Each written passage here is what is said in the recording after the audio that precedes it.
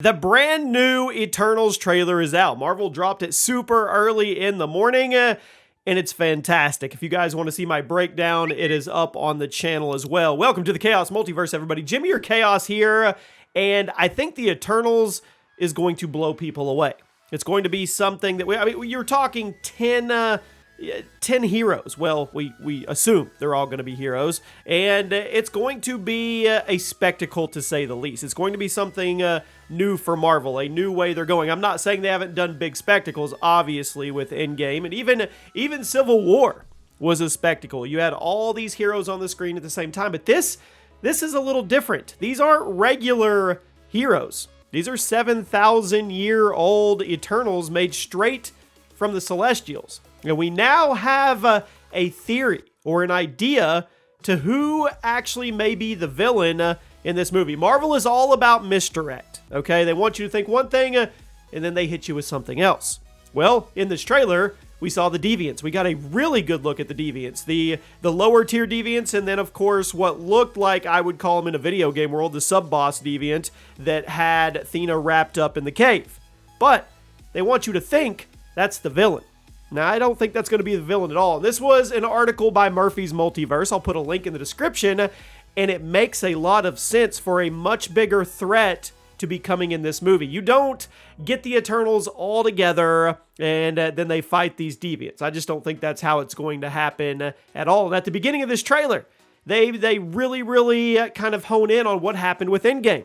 They talk about how it was actually the snap that brought everybody back that gave enough energy for the emergence to happen. And I'm going to explain exactly what that is and how it ties into a bigger villain, but how it could also tie in to Galactus down the road. That's right. It could actually be a small, how would you say, a clue as to what's coming way down the line. Because I truly feel Galactus is the next, how would you say, saga villain. I know we have Kang the Conqueror, but I think Kang the Conqueror is going to be part of that. I don't think he's going to be the very mega villain team up thing at the very end, but we'll talk about that as well. Before we get into it, guys, we're giving away a PlayStation 5 every single month on this channel. All you have to do to be subscribed. Make sure those notifications are turned on, and leave a comment on any video to enter. Drop a like and tell me your favorite Marvel character, and leave your Twitter handle. That way, if you win, I can get hold of you.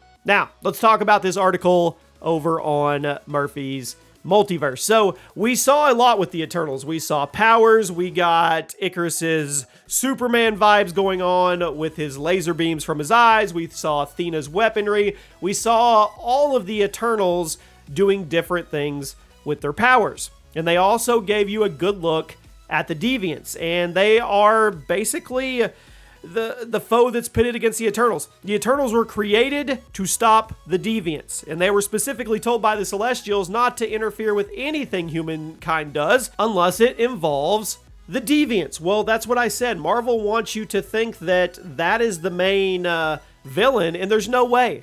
There's no way a group of Eternals this powerful is gonna go with that and that be the big spectacle of the movie. It's not gonna happen. So, on Murphy's Multiverse, they dig back into the comics. And in 1999, in Marvel Comics, they published Earth X. It was a limited series created by Alex Ross, Jim Krueger, and John Paul Leon, and it took place on Earth 997.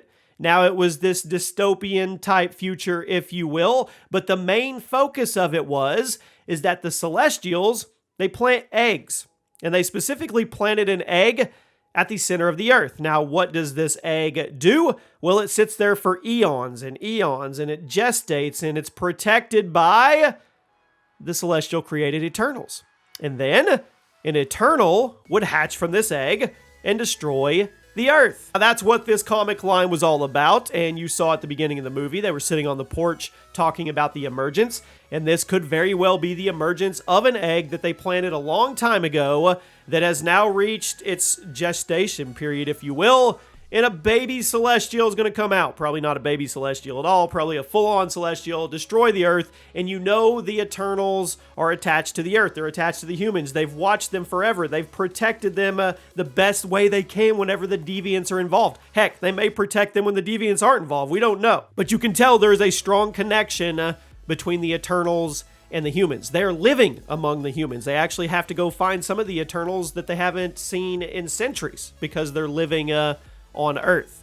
Okay, so we have an egg in the center of the Earth, possibly. Could be a baby Celestial coming out of it. That would explain the emergence. That would explain that they only have 7 days before it actually happens. But it goes deeper than that, because Galactus is the devourer of worlds, the eater of planets. And we've talked about him a little bit, and we probably won't get any teases for him for a while, but once Fantastic Four comes out, I'm sure we'll get something. But why does he go after these planets? Well, in Earth X, it is specifically because of those eggs. That's right. Because he likes to eat planets. He devours them. He uses them for food and substance and power to keep going on and on and on. But specifically in Earth X, he eats these planets that have eggs implanted inside of them for a specific reason. He does it to restore balance and prevent the celestial overpopulation. That's right. The emergence of powers and mutants is supposed to be an antibody to protect the planet against Galactus. So, what is that saying? Well, it's saying that the Celestials and Galactus don't really get along, and Galactus knows they implant these eggs on these planets, and he doesn't want them to overpopulate. He probably doesn't want them to get strong enough to take over, so he eats them, which could also be a direct tie-in, like I said, to the future of Marvel and the big baddie. And it also kind of sets the bar that even the Celestials that have been around forever, and they're so powerful, they may not be as powerful as Galactus. Because if Galactus can go around and devour these worlds and eat these eggs, and he's specifically doing it to prevent celestial overpopulation, that means they're enemies. That means they're foes, because they obviously, oh, here comes Galactus again. He's going to eat another one of our eggs. That sucks, right? That would kind of put the power level, the pecking order, with Galactus at the top, even above the Celestials, which once again would kind of just reaffirm the next mega bad, right? You've got Kang the Conqueror, which is going to cause turmoil throughout Phase 4 and probably Phase 5, maybe even to Secret Wars. Probably, right? And then you have Doctor Doom, who hasn't even been introduced yet, and people would say he's formidable on the level of Kang the Conqueror. He's a time traveler as well, but then you always have a bigger threat. That's how it is with Marvel. The bigger threat. Galactus looming over everything, even to the point where he eats baby Celestials. Yeah, that's crazy. It's a crazy theory, and I think it makes sense. You guys, let me know what you think. How do you think this is going to play out? Is this going to set up bigger things? Obviously it will. I'll see you soon.